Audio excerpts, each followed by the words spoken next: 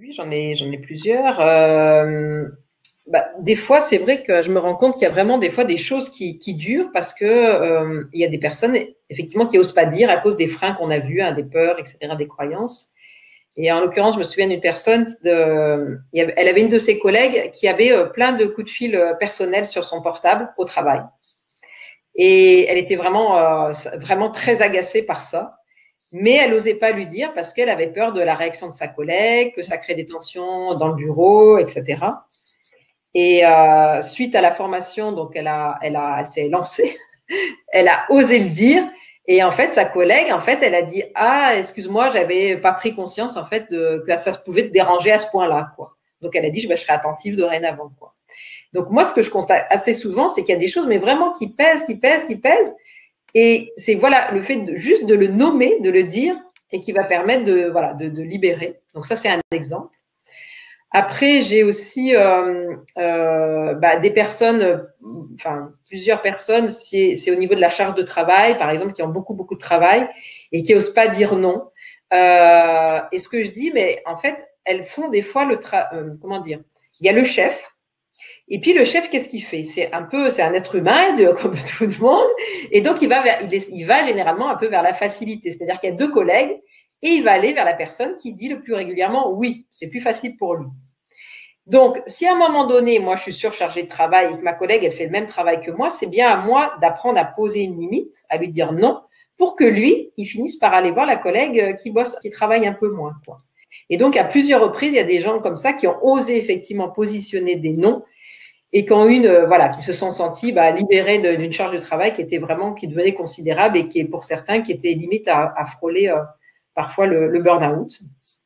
Il y a aussi par exemple des couples, par exemple un conjoint qui rentrait régulièrement tard le soir du travail, etc.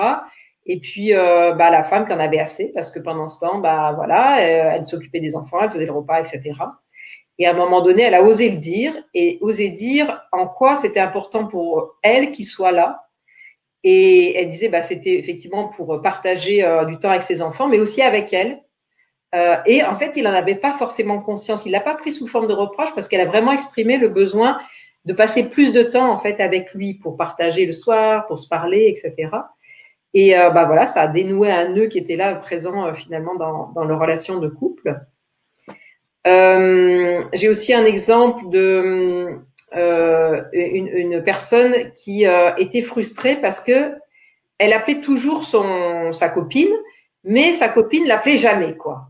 Et donc elle vivait une non-réciprocité dans la relation. Elle toujours en train de faire les premiers pas et l'autre qui faisait jamais, quoi.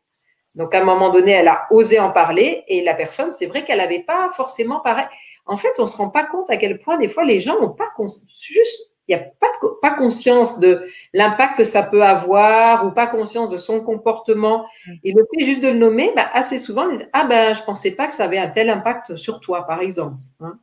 Donc du coup là, voilà, ça a permis de clarifier les choses. Récemment, j'ai une femme qui me disait, en fait, je me rends compte que je crie beaucoup sur ma petite fille. Et elle dit le lendemain là que je l'ai revue, on avait déjà travaillé une première journée, elle dit hier j'étais beaucoup plus souvent j'ai un retour comme ça où les gens se sentent beaucoup plus calmes en fait, beaucoup plus apaisés. Et elle disait là j'ai vraiment pris plus le temps de discuter avec elle plutôt que tout de suite lui hurler dessus. L'exemple d'aujourd'hui, ça permet aussi être assertif, de se faire plaisir au restaurant. On disait, mais finalement, est-ce que par exemple, quand au restaurant, il y a une bouteille qui arrive, qui est bouchonnée, est-ce qu'on ose dire? Ou un plat qui arrive, qui est pas bon, qui est froid, est-ce qu'on ose le dire? Il y a plein de gens qui disaient, non, moi, j'ose pas le dire. Et donc, il y a une personne qui disait, moi, j'ose le dire parce que j'aime pas le vin bouchonné. Et j'aime bien quand je vais au restaurant me faire plaisir. Donc, se faire plaisir au resto, par exemple. Voilà. Qu'est-ce que j'ai d'autre encore? J'en ai plein, mais j'ai essayé d'en extraire quelques-uns pour. Oui, aussi parfois des personnes qui, dans le milieu du travail, ou je sais pas, des amis aussi, qui se plaignent tout le temps, tout le temps, tout le temps. Qui sont toujours dans la plainte, etc. Et ça peut peser sur notre morale. On en a un peu marre. Et les gens parfois osent pas le dire. Et moi, je dis, c'est apprendre à poser vos limites. Alors, par exemple, dans le milieu du travail, La personne, elle vient et puis elle se plaint de ses collègues, elle se plaint de son chef, etc. Je disais à la personne, ben, est-ce que toi, tu peux quelque chose? Est-ce que tu peux agir sur ça? La personne me dit, bah non, moi, je peux rien faire.